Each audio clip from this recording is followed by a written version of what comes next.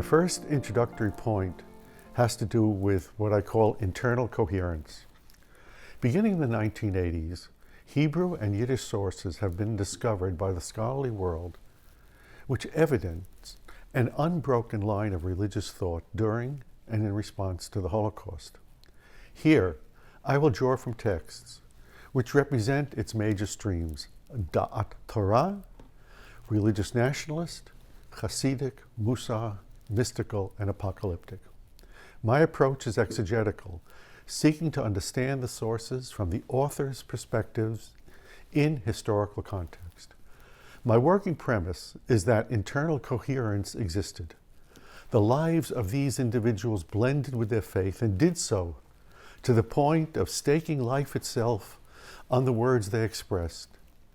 They sought to console their communities as their followers faced torture and death, directing them through the chaos, whether actually in Europe or spiritually in the land of Israel and America. For some, the words constituted final personal addresses to God and to those of their religion who might succeed them in life. Given the weight of their verbal expression, it was imperative that they be inherently cohesive. My second introductory point has to do with the term victims. The terms Holocaust and genocide of the Jewish people, going back to their use respectively in Yiddish by Eliezer Silver in August 1942 and in Hebrew by Moshe Prager in 1943, have referred to the unprecedented reality of the destruction of Jews through World War II. That reality was the encounter between those who came to be known as, quote, perpetrators, the actors, and those upon whom the category, quote, victim has been imposed, those acted upon. Although, from the perspective of Jewish thinkers of the time, the, quote, perpetrators were but actors in a higher drama scripted by God and staged by God, and for the sake of Israel. My third introductory point has to do with meeting or encounter.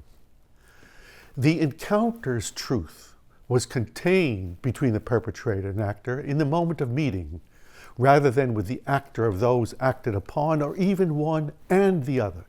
As the Holocaust was both unprecedented and unrepeated, it remains impossible to get to the truth of the encounter directly. Moreover, the sanctified universe in which the text appeared has been eclipsed by the Nazi universe and the profane world left in its wake. Yet, the study of religious thought can direct us to it and provide a sense of the mystery and the sanctity hidden behind the eclipse.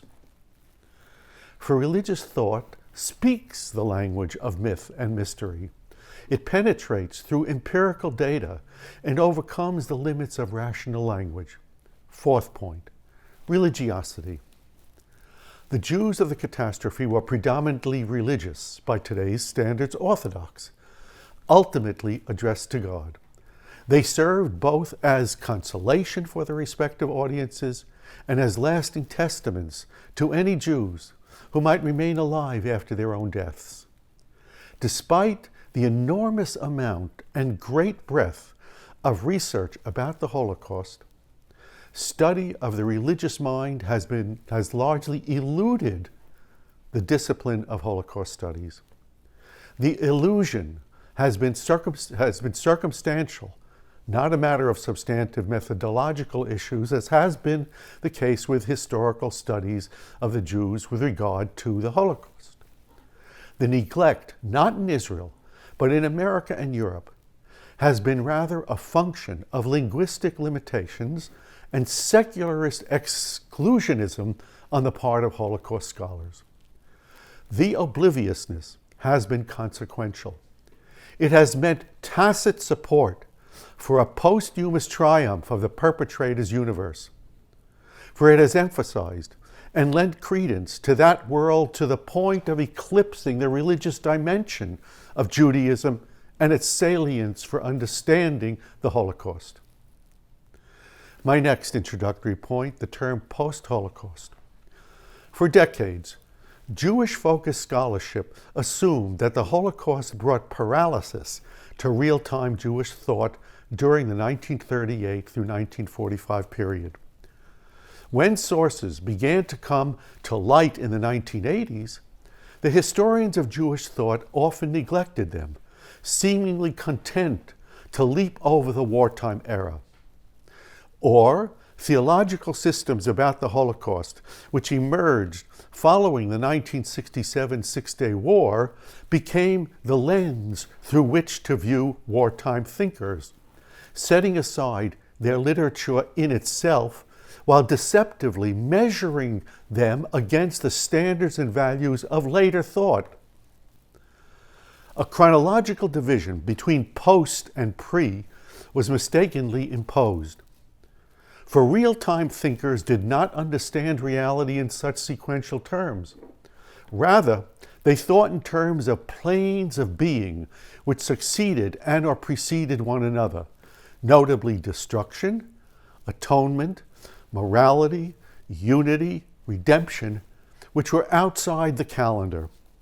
For example, when the war ended and the expected and promised redemption did not come, it was explained that redemption was a function of repentance or of ascent to the land of Israel, which were indifferent to temporal categories. Or to take another example, while post-1967 theologians assumed it was valid to ask whether God existed during the Holocaust, real-time thinkers did not. God existed for them, preempting the later question. My sixth point has to do with Emancipationist thought and Reform Judaism.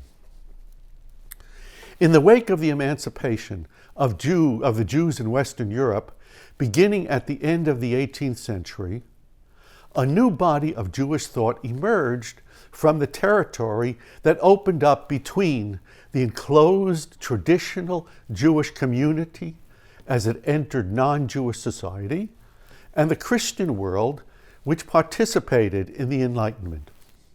Thinkers stretching from Moses Mendelssohn of Dessau at the end of the 18th century to the neo-Kantian Marburg University professor Hermann Cohen, who died at the end of World War I, formulated meta-narratives with positive views of Jewish emancipation and assimilation into Western European society.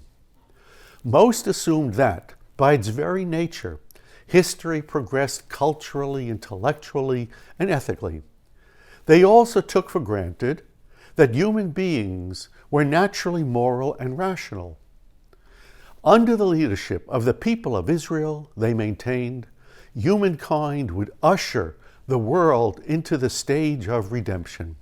The Holocaust challenged Jewish emancipationist themes of universal moral values, historical progress, of seeking modus vivendi for the people of Israel in Western European society, and of Israel's leading role in guiding humankind towards an ethical and spiritual future.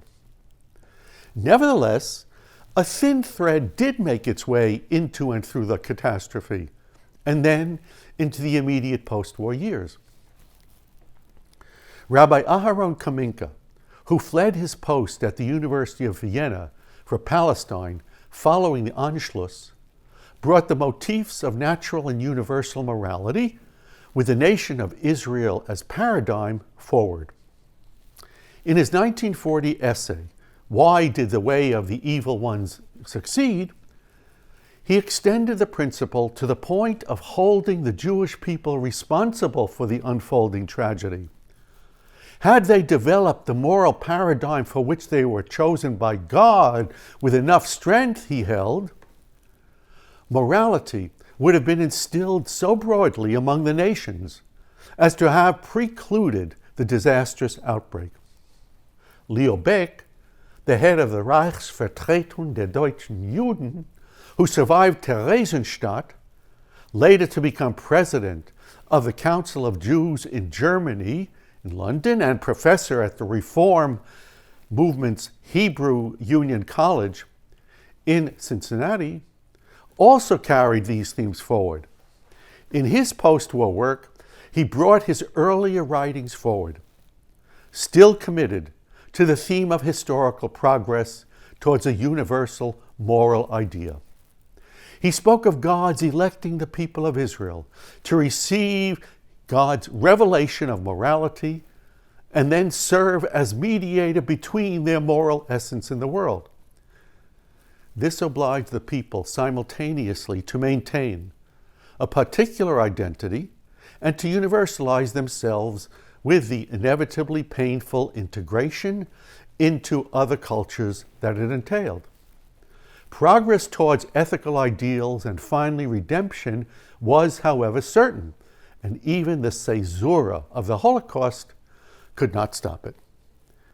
But the thread of emancipationist thought, both during and immediately following the war, remained thin. The movements associated with it were constrained by their own grounding principles from responding theologically to the catastrophe.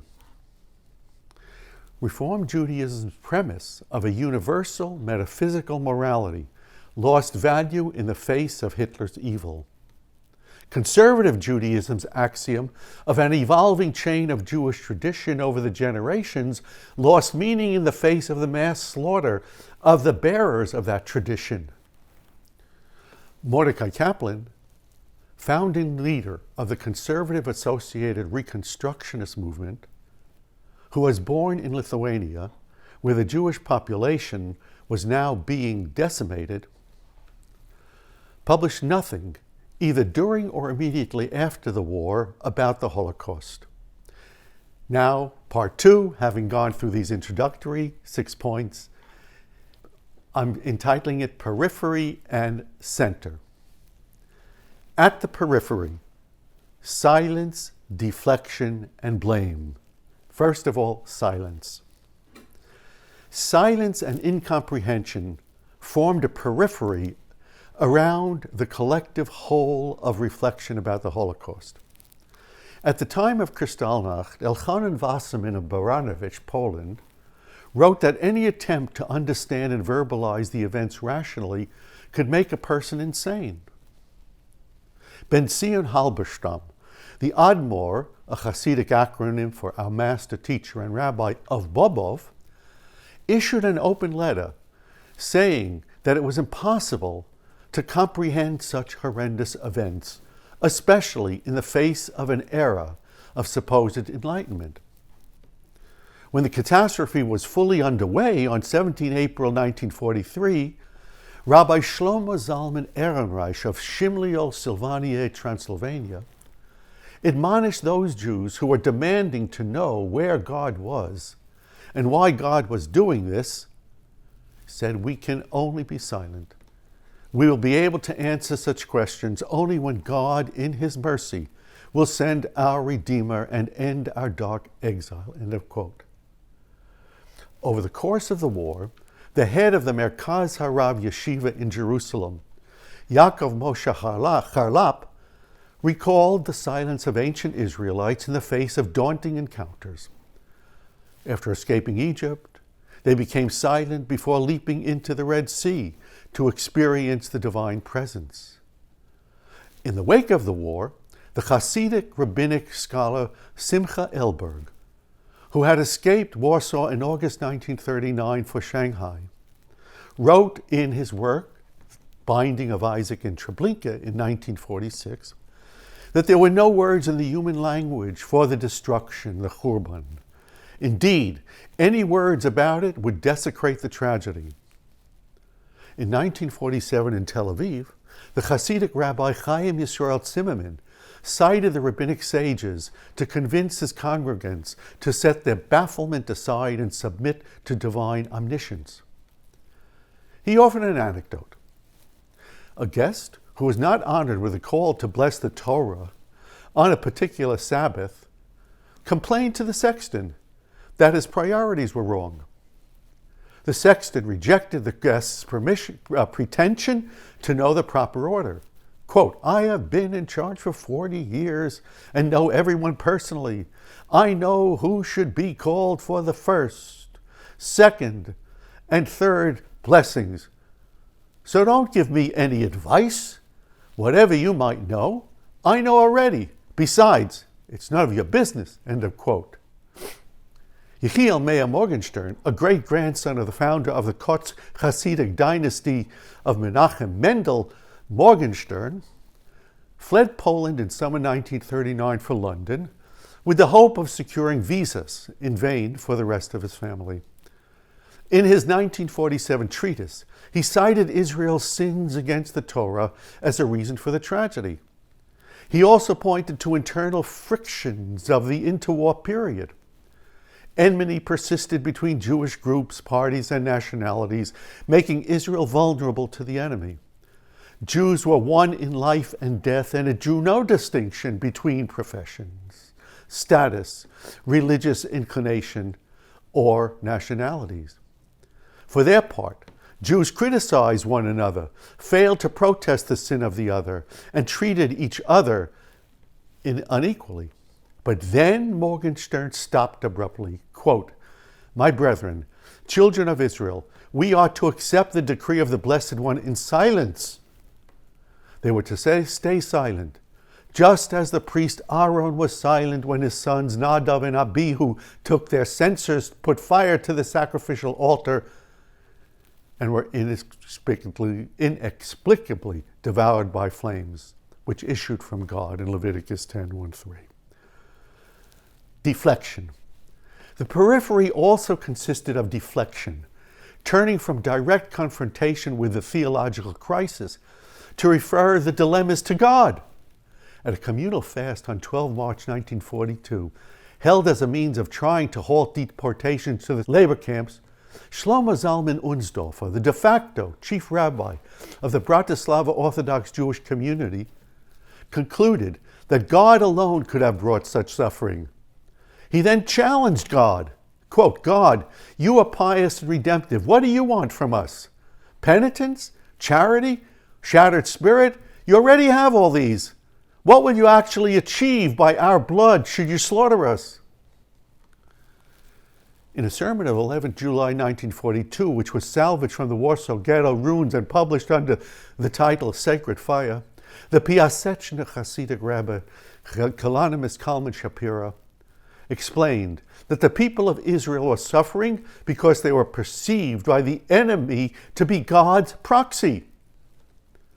The enemy was really after God, but attacked the Jews because God was untouchable. Shapiro demanded from God to release the Jews from this role. Next, on the periphery, blame. Haredi thinkers were locked into the covenantal relationship between a just God and his people, Israel. Given this framework, they found themselves probing Israel's behavior towards God to explain the tragedy. An initial and subsequently peripheral reaction was to blame other Jews. The motives remain uncertain. Perhaps the motive was to bring others into the fold and unify the nation in anticipation of redemption. Or, in keeping with the principle that all Israel are a surety for each other, accusers felt obliged to attend to the faults of others. Possibly, a sense of self-righteousness led to the blame, or blame was tied to hope. If a human cause could be found for the catastrophe, identifying and dealing with it could prevent its repetition. Those who sought blame belonged to the Torah school of thought, where Torah was the foundational reality of the universe, which encompassed everything one needed to know the essence of the Jewish people and internal to every Jew, or to the religious national school, identified with the Mizrahi movement, which advocated Jewish settlement in the land of Israel on the basis of Torah principles and laws. In the wake of Kristallnacht, Eliezer Gershon Friedenson of Warsaw, editor of the Beit Yaakov Journal, declared that God was punishing the people of Israel collectively on account of those Jews in particular who had immersed themselves into German society and culture.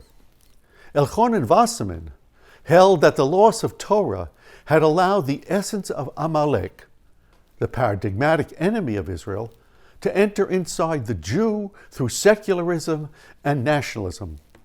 This interior Amalek became projected outward, where it assumed the form of persecutor. Also in the wake of Kristallnacht, Alexander Zischer Friedman of Warsaw, Secretary General of Agudat Israel in Poland, explained that by removing the barrier between the Jews and non-Jews, assimilationists led the chronic hatred of the world towards Jews explode unimpeded. Adherents of religious nationalism blamed those who resisted ascent to the land of Israel. In Budapest, between 1942 and 1943, Yisachar Teichtal wrote that God brought suffering on Jews in order to turn exilic Jews from their assimilation and their indifference to the land of Israel. When this was not effective, God brought the Holocaust and closed off every refuge except that of the land of Israel. Teichtal held to account for the blood that was being poured those Haredi leaders who insisted on waiting for divine heavenly action before ascending. In Palestine in 1947, Chaim Yisrael Zimmerman wrote that the failure to recognize the signs of imminent redemption, which appeared in the interwar years, the fruited mountains, the vineyards, fields, and settlements in the land of Israel, as per Ezekiel 36:8, and to ascend to the land, resulted in the destruction of a third of world Jewry. In ancient times, he explained, God had the older males who left Egypt die off because their slavery was internalized, to the point of their being unable to conquer Canaan. Now, God let the interwar generation, which failed to ascend, be removed so a fresh generation could take over, one capable of returning to and restoring the land. Part 3, towards the center, substantive explanations. The silence, deflection, and blame, which avoided direct confrontation with the theological crisis, which I identified as peripheral matters, were part of a larger process. They served to objectify the tragedy and clear the way for direct, substantive reflections. In speaking of the 16th century, Shalom Rosenberg of the Hebrew University identified a change from a community of believers united by their faith, sanctity, and destiny in the context of a hierarchical cosmos to a community that belonged to the historical order, intertwined with natural laws.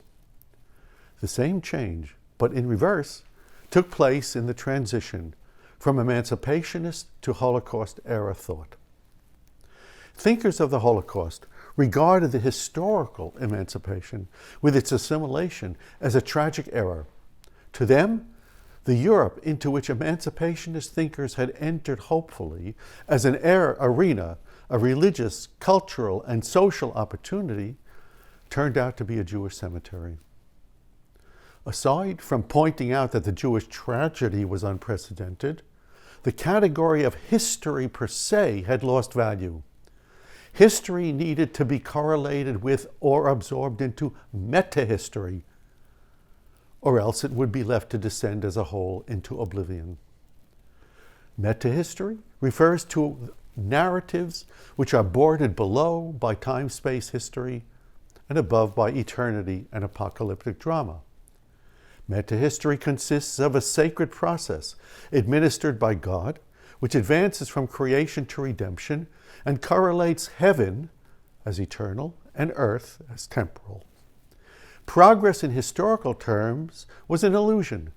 It was to be found rather in meta-history, in the non-chronological movement from one plane of being, that is to say, creation, repentance, redemption, to another, Holocaust thinkers rejected the premise that morality was inherent to human nature. It existed only in the people of Israel. They abandoned the view that Israel was to enter the world of nations and lift it towards moral ideals, and instead held that the people of Israel belonged to its own isolated sphere. Finally, they lost trust in reason as a source of truth. Instead, truth belonged to revelation, to pious experience, and to apocalyptic vision. And now I'm going to get to the specific substantive explanations, and I'm going to frame the responses in terms of the relationship between history and metahistory. So you need to pay attention to that as a way of structuring the materials. And each of these substantive explanations can be seen in terms of the relationship between metahistory and history. First category, Da'at Torah. Agudat Yisrael, the international organization of halakha, Jewish law, founded in Katowice 1912, had two wings, one centered on Da'at Torah, the other Hasidic. The leading figure of the Da'at Torah world into the war was Elchanan Wasserman of Baranovich. His known writings, which extended into the summer of 1940, a year before he was killed, correlated historical data with metahistory as the moving force. In his treatise on the footsteps of the Messiah, Ikved de Mashiach, a classic in the post-war Haredi world, Wasserman depicted the universe in terms of Da'at Torah vis-a-vis chaos. He personalized chaos as a Amalek, such that the existence of the people of Israel was a function of the presence or absence of Da'at Torah. Amalek and the Amalekites had attacked the children of Israel in the wilderness after they left Egypt. They were later totally obliterated physically, but eventually Amalek and the Amalekites became transmuted into a mythic, anti-ethical entity with historical forms such as Haman, Khmelnytsky, and finally Hitler. Failure of Torah in recent years left the world to Amalek. Amalek became instilled with Israel as irreligiosity and manifest outside as persecution. At the same time, the outer Amalek neutralized the inner Amalek, clearing a way for the return of Da'at Torah. Wasserman correlated specific historical events with a mythic displacement. The dynamic was measure for measure.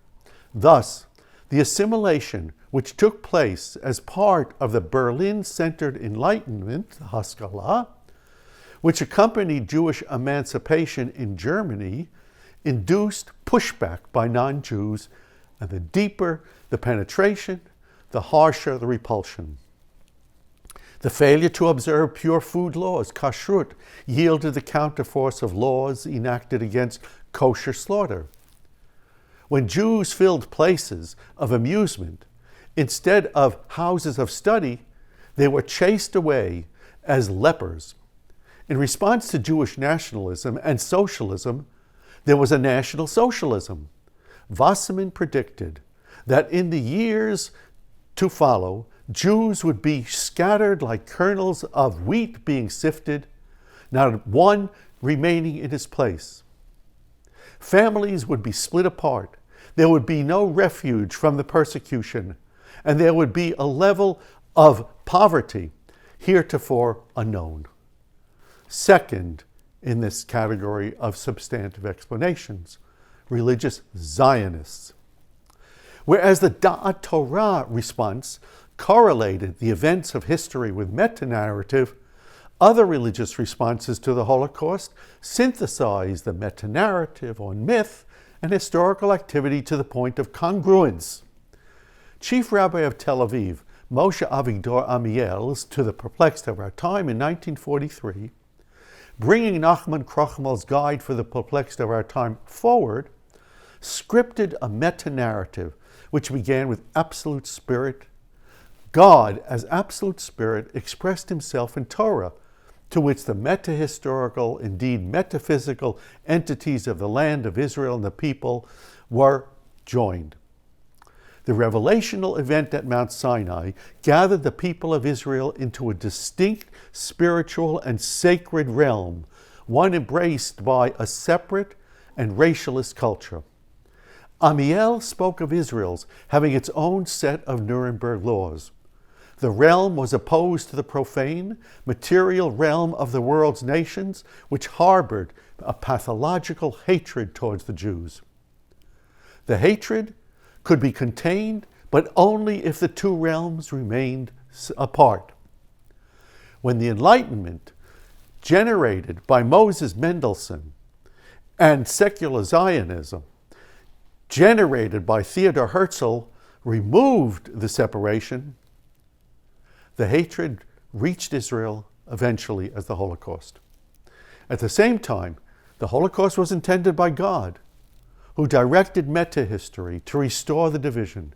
To this end, it was up to the Jewish people to return as a collective body to the land of Israel in terms of Torah, to establish a spiritual center nourished by absolute spirit.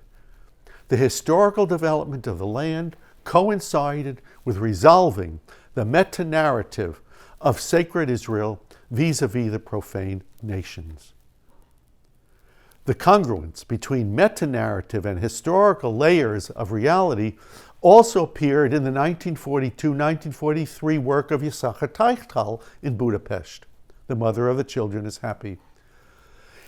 In Munkacs, Hungary, Teichtal had associated himself with the view that participation in restoring the land of Israel had to wait for miraculous intervention from above.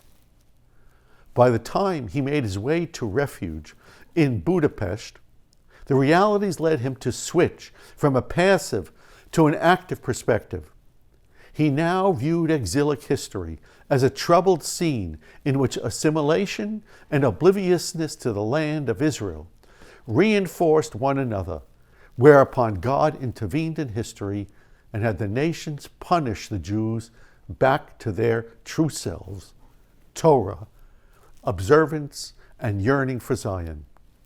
Ultimately, the Holocaust, a catastrophe in which the people of Israel had no refuge other than the land of Israel, became necessary. Teichtal reversed his earlier stance to the point of judging a secular Zionist who helped build the land as more favored by God than the pious Jew who awoke at midnight to pray to God to intervene. He urged his people to assert themselves and move en masse to Palestine, taking action on the level of history congruent with the meta-narrative of the Holocaust which God directed. The third sort of substantive explanation belongs to the Hasidic and Musa movements. Torah-grounded thinkers correlated history and meta-history, while religious Zionists spoke in terms of their congruence. Devotees of the mysticism-turned-ethos movement of Hasidism, founded in the 18th century by the Baal Shem Tov, and the moralistic movement Musa, founded by Israel Salanter in the 19th century, absorbed the external realia of history into internal meta-narratives of spiritual character. Hasidic responses dwelled on sacred sparks of light within the individual and the divine, illumined effulgence. Musa responses dwelled on the center between the Jew and God of trust and penitent return. Hasidism, here I'll refer to Polish Hasidic thought during the war and its dialectics of illumination. Each Jew contained an inborn sacred spark of love for and of faith in God. The spark had the potential to nourish an illumination of universal cosmic dimensions, the Shekhinah, God's illuminated presence, for its advance out of darkness until eventually darkness would ebb from the world and there would be redemption. Simultaneously, the cosmic light nourished the inner spark.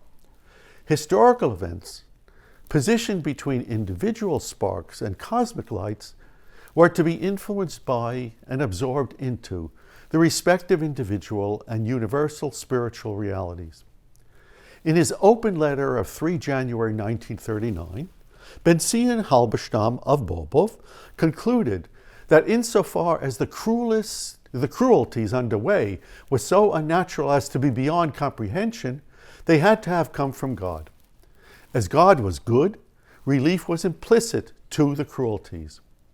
For Halberstam, whatever transpired outwardly in history was governed by the internal, dialectical meta-history of individual and cosmic light.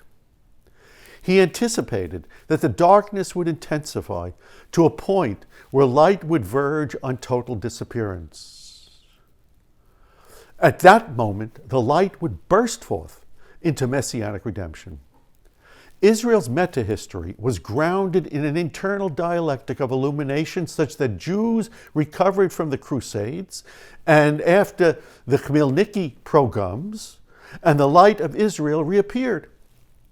Each Jew had to participate in the cosmic progress through acts of piety.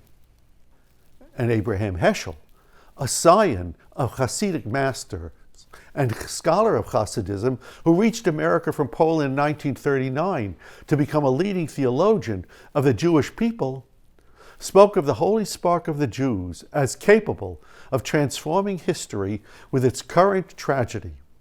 The objective empirical evil of the world corresponded with the subjective evil with sin. The war came, Heschel explained, when humanity as a whole defied and abandoned God and nearly extinguished the inner sacred light. God awaited man to revive the spark, whereupon the objective evils would ebb. Heschel called upon the Jewish people, as ministers of the sacred, he wrote, to welcome God back into their lives, to enable the dissolution of the evils of history. While Halberstam's history was enveloped by internal meta-history, Heschel looked to internal illumination to transform history. And now to the Musa movement. While Hasidic thinkers subsumed historical activity into a dialectic between the inborn spark and the divine Shekhinah, Musa thinkers absorbed historical events of the Holocaust into an internal meta-history of trust, bitachon, and penitent return, teshuvah. In summer 1941, the Germans reached Tel Shay, Lithuania, home of the Musa yeshiva. They force-marched the Jewish population of 2,500, including that of the yeshiva, to the Rainai labor camps, from which many were to be killed in nearby death pits. Leading up to the assault, the head of the yeshiva, Avraham Yitzchak Bloch, expounded upon the a priori inner point of union between God and man. This point of union came to expression as uninterrupted consciousness of divine presence, as a trust nourished from above and below, bitachon. Bitachon assured that God remained present in historical events, enacting within time and space a meta-historical transition from the bad to the good. This certainty, in turn, enabled the Musa devotee to persevere through the outer ascent and descents, knowing that all was for the best and that redemption would come. Bloch called for bitachon among fellow Jews, citing Psalms 91:2, I will say of the Lord, who is my refuge and my fortress, my God in whom I trust, until moments before he was murdered at the death pits. When information about the catastrophic turn of events for Hungarian Jews reached the land of Israel in the fall 1944, the Musa community gathered for a day of eulogy and repentance at the movement's central yeshiva in Jerusalem. Wrapped in a prayer shawl, a talit, the head of the yeshiva, Yechezkel Sarna, rose to speak. He was unable to begin until it struck him that God had cried at the destruction of the temple in ancient Jerusalem. As God's weeping over tragedy was forever, God was weeping now as well. God's tears released Sarna's, and the tears released words. Sarna articulated, and in a meta-history, where internal suffering, teshuvah, and relief below joined a higher meta-narrative of Churban, catastrophe, teshuvah, and geula, redemption. A passage towards geula was underway above and below simultaneously, with each effectuating the other. Insofar as geula was inevitable, the teshuvah, which was necessary for geula, was as well.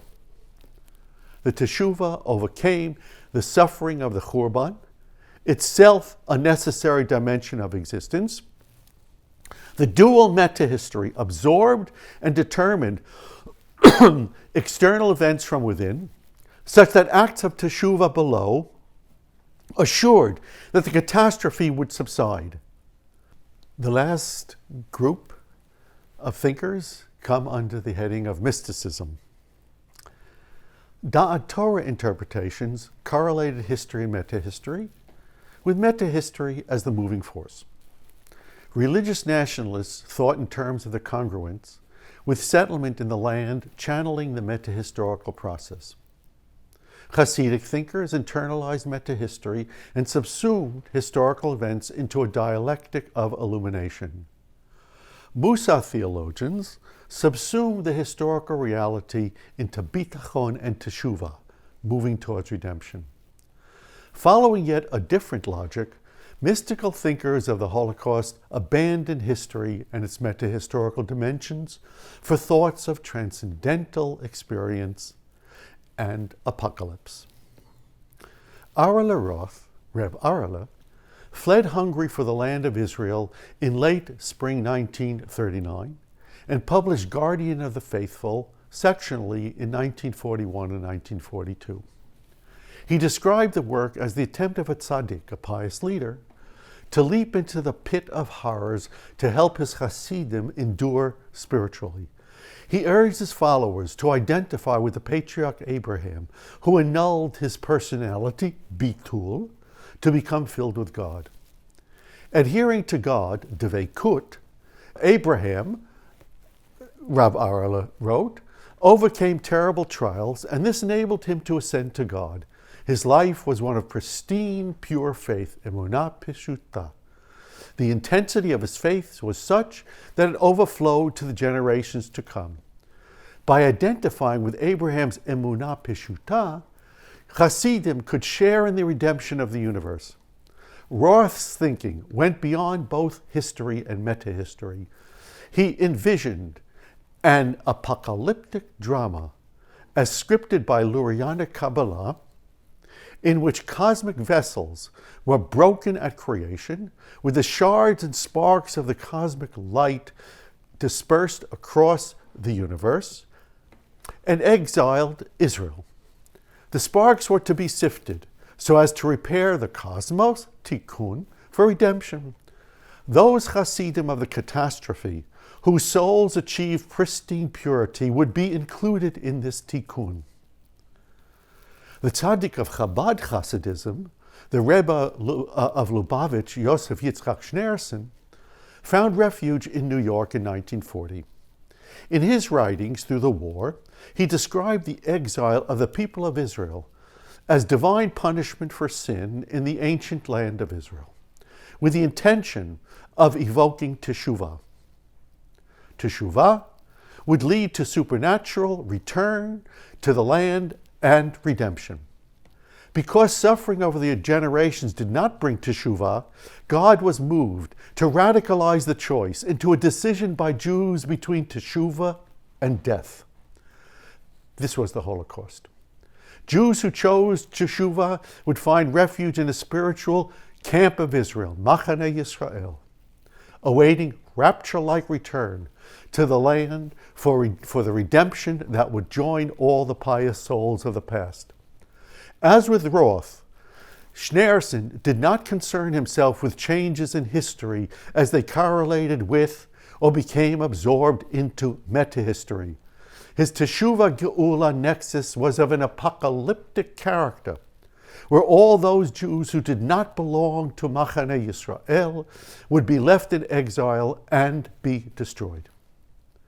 While Rab Arla's transcending drama was focused around having his Hasidim achieve pure, pristine faith, and Schneerson's focus was on having his Hasidim perform teshuvah and find safety from the catastrophe in anticipation of redemption, the focus of Yaakov Moshe Charlap was on the apocalyptic struggle between the entire people of Israel and the evil nations of the world.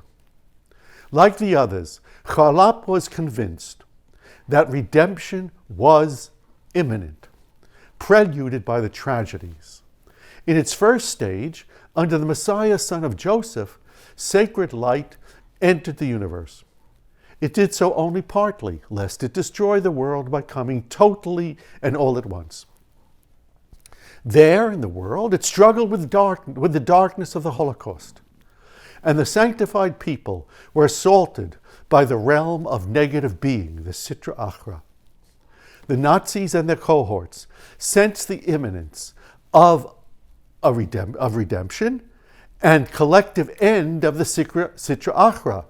They convulsed in the throes of death, Charlap explained, destroying everything around them, and especially the people of Israel, who served as the vessel of redemption's entry into the universe.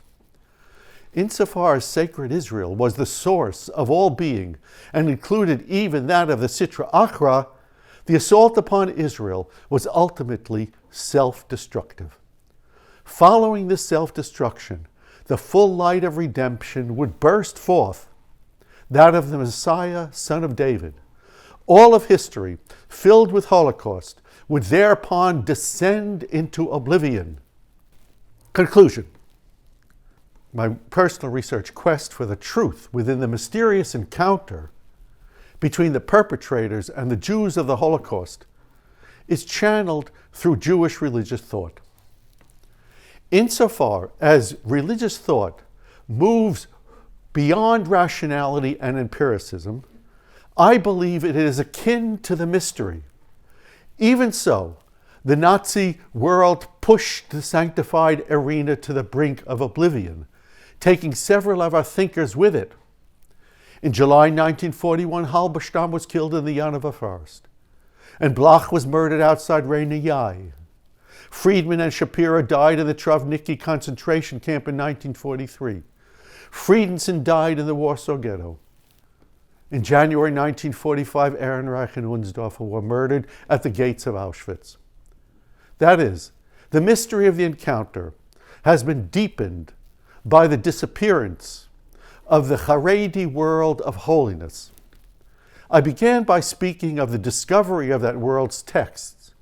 I end with the recognition that the further the study proceeds, the deeper the conviction that the researcher of the present can but look in that world's direction, knowing that one will never again be able to grasp it.